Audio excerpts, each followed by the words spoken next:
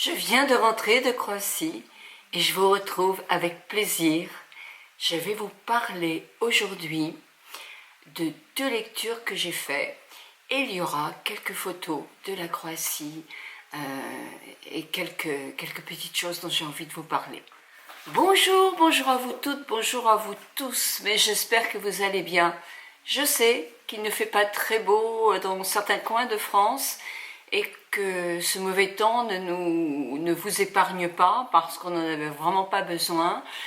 Ici il pleut aussi à la Baule. J'ai voulu ramener du soleil, mais il ne m'a pas suivi dans les bagages. Donc, en tout cas, gardez courage. Je suis sûre que le beau temps va arriver. Je suis sûre qu'il va arriver. Allez, j'ai lu 2 bouquins que j'ai adorés pendant que j'étais en mer. Mais vraiment, je les ai adorés. Donc, je vais vous en parler. Peut-être qu'ils ne peuvent pas plaire à tout le monde, hein. Heureusement que chacun a ses goûts. Mais moi, j'ai adoré. J'ai failli te manquer. Alors, quand je l'ai acheté à l'aéroport, je me suis dit, oh, c'est le truc là qu'on lit vraiment par plaisir en été. Voilà. L'histoire m'a plu parce que c'est l'histoire de Lise et de Cerise. Lise est la maman, Cerise est la fille. Et elles sont, on va dire, incompatibles, je ne sais pas. Mais en tout cas, l'une n'a pas l'amour maternel, elle aurait voulu un garçon. Elle a une fille, c'est une catastrophe. Quant à Cerise, elle sent bien, elle a un père extraordinaire. Lise a un mari extraordinaire, il y a beaucoup d'amour entre eux. Il y a beaucoup d'amour entre le père qui est écrivain et Cerise, sa fille. Mais voilà, il l'a eu un petit peu tard et il meurt quand elle a 17 ans. Et à partir de là, à 17 ans, Cerise elle ne s'entend pas du tout avec sa mère, mais pas du tout. Et il y a de l'amour, mais il y a...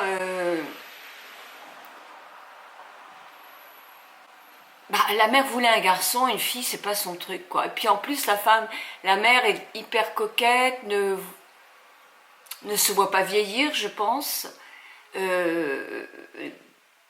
Certainement est un petit peu jalouse de sa fille, comme elle l'a été aussi parce que le papa aimait beaucoup sa fille.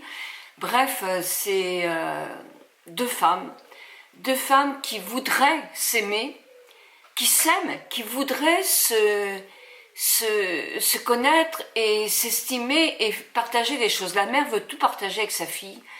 Elle a besoin que sa fille soit toujours là. Elle ne supporte pas que sa fille ait des amis. Elle voudrait les fâcher tellement elle déteste ça.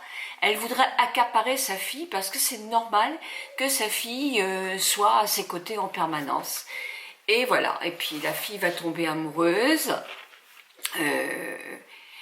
Je ne vais pas tout vous raconter parce que vraiment c'est une histoire qui est superbe, vraiment superbe, qui se termine par une maladie d'Alzheimer.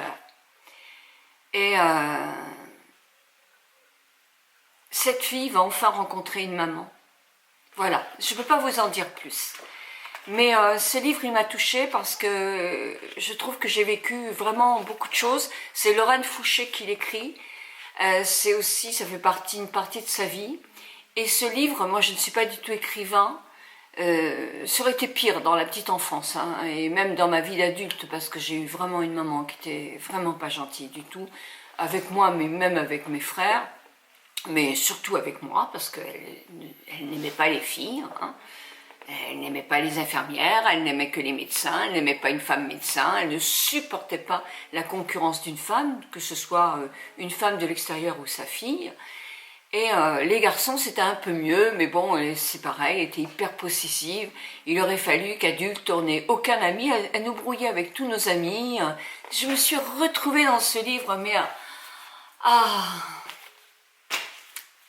80%, quoi. Vraiment, vraiment. Et ça m'a fait tout drôle parce que moi, ma mère est devenue une maman.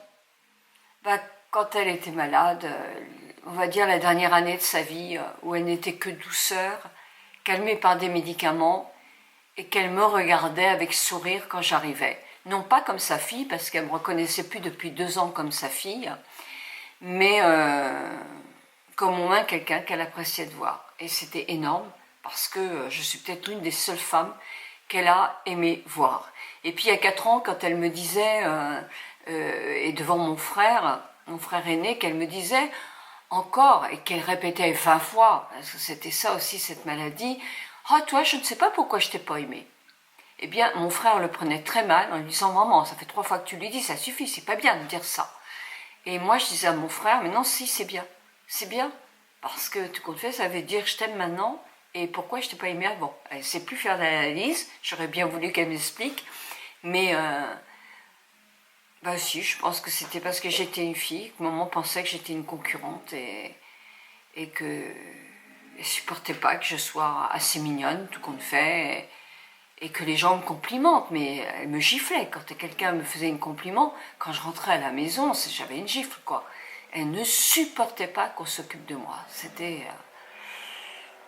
maladif, je pense. Voilà, en tout cas, ce livre, je sais que vous avez beaucoup quand même d'entre vous ont eu des petits problèmes comme ça. Eh bien, il est merveilleux.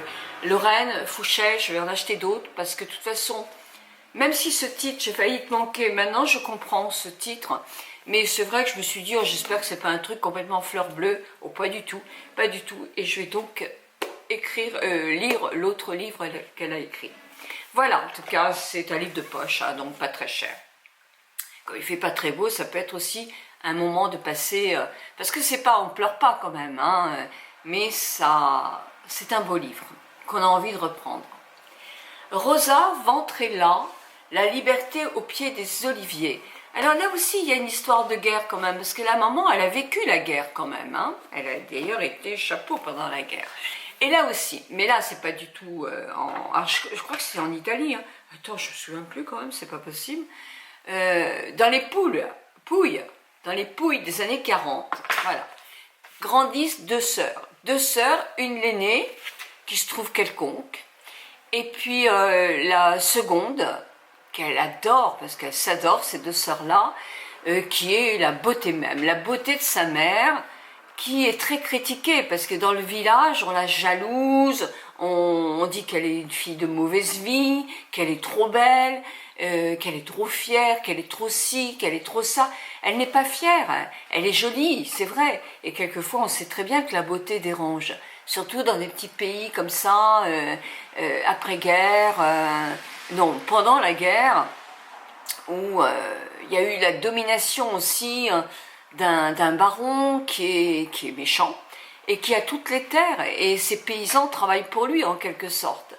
Donc c'est un milieu très pauvre, mais avec des parents, un grand-père, une grand-mère qui sont très proches de leurs enfants, de leurs petits-enfants, qui leur racontent des histoires. Vous savez, c'est un monde encore où il y a des croyances qui sont complètement erronées maintenant, enfin j'espère, mais qui étaient très tenaces à l'époque. Et puis le papa part en guerre, voilà, et la maman reste seule avec la grand-mère, le grand-père et les 2 petites filles à nourrir, et c'est pas évident, c'est pas évident. Donc voilà, c'est pas évident, donc il faut qu'elle se débrouille, et les filles grandissent, légèrement détestée dans le pays, on va le dire, hein, je pense. Donc la plus jeune, qui a une beauté énorme, qui veut absolument pas continuer à vivre dans la médiocrité. Et la sœur qui, elle, se sent pas belle, alors qu'elle est jolie aussi, et qui, voilà, hein, et qui est l'ombre de sa sœur, qui veut la protéger, qui s'aime. Ces 2 filles-là s'aiment d'un amour très tendre. Et puis voilà, il faut lire la suite pour voir toute cette histoire. Un papa qui revient de la guerre, très fier, une révolte des paysans contre ce baron, ce comte, je me souviens plus, qui est vil, qui est méchant, qui est inhumain, hein, c'est sûr. Tous les contes n'étaient pas comme ça, Dieu merci. Et voilà, non, tous les contes n'étaient pas comme ça. Moi j'ai pas connu, mais j'ai eu l'histoire d'une arrière-grand-mère qui est restée veuve, qui avait un moulin dans un petit village en Bretagne aussi. Et évidemment, le maire lui a dit, mais Julie, tu vas pas continuer à t'occuper du moulin. Son mari était mort, hein. Donc elle était enceinte, tu peux pas t'occuper du moulin, c'est pas possible. Hein. Écoute, donne-le, on va te trouver un travail. Pauvre petite Julie, désespérée sans doute, enceinte de 6-7 mois, je crois, avec un petit enfant déjà, 2 enfants déjà. Donc, bah oui, elle s'est dit, c'est ce qu'il faut que je fasse. Donc elle est devenue bonne chez un comte, qui était assez loufoque d'ailleurs, parce qu'à la fin il a brûlé son château, donc c'était un peu...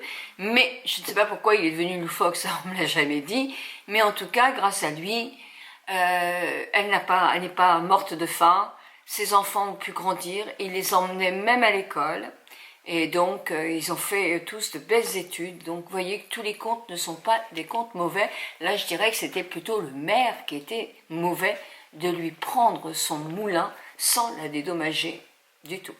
Donc voilà, donc c'est ma petite histoire de l'histoire. Donc là, je vais vous montrer simplement des images de la Croatie. Donc si vous m'avez suivi, je suis partie faire de la voile avec mon frère et mon mari. Et ça fait, depuis 2002, lui est arrivé en Croatie. Nous sommes arrivés en 2004, donc il y avait encore les vestiges de la guerre, vraiment, des villages qui étaient désertés, il n'y avait pas l'autoroute quand on est arrivé, ils l'ont construit très vite, c'est un peuple courageux, pas forcément aimable.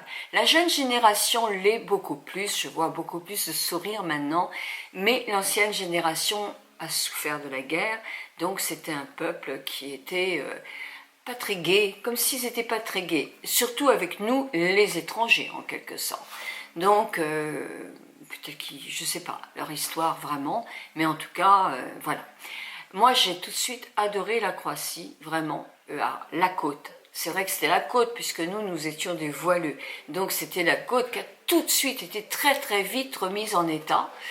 Et la navigation sur la côte adriatique, ben, c'est agréable parce qu'on va d'île en île, c'est pas des navigations qui sont longues. Bon, à part quelques coups de vent, bien sûr, en Méditerranée, qui font notre bonheur, parce qu'on peut mettre toutes les voiles, et on adore ça. Souvent, nous sommes au moteur, parce qu'il n'y a pas assez de voiles. À l'époque, quand nous étions tout frais arrivés, il y avait très peu de touristes, il y avait très peu de bateaux. Il y avait... on a pu découvrir tout ça et visiter tout ça, parce qu'on l'a visité de fond en comble, la Croatie, sur toute la côte, jusqu'au Monténégro. En descendant par...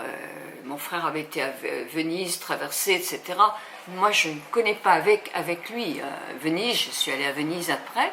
Mais en tout cas, cette côte est magnifique. Et, Korčula, Split, Njet, Hvar, et plein d'autres. Donc, je vais vous faire suivre un petit film. Je vous ferai la prochaine vidéo, mon rituel soin sur le bateau, mais c'était mon rituel soin que je faisais là-bas. Moi, je suis très très heureuse de vous retrouver. Donc voilà, on est quel jour aujourd'hui? On est mardi. Donc vous aurez une vidéo vendredi, effectivement, et on reprend nos habitudes à partir de la semaine prochaine. 1000 bisous à vous toutes et à vous tous. Portez-vous bien. Prenez bien soin de vous, n'oubliez pas votre masque pour sortir, c'est très très important, et le gel bico-alcoolique ou le savon pour vous protéger un maximum. 1000 bisous à vous toutes et à vous tous. Non, je suis plus bonne en navigation qu'en cœur, hein, mais le cœur il est là.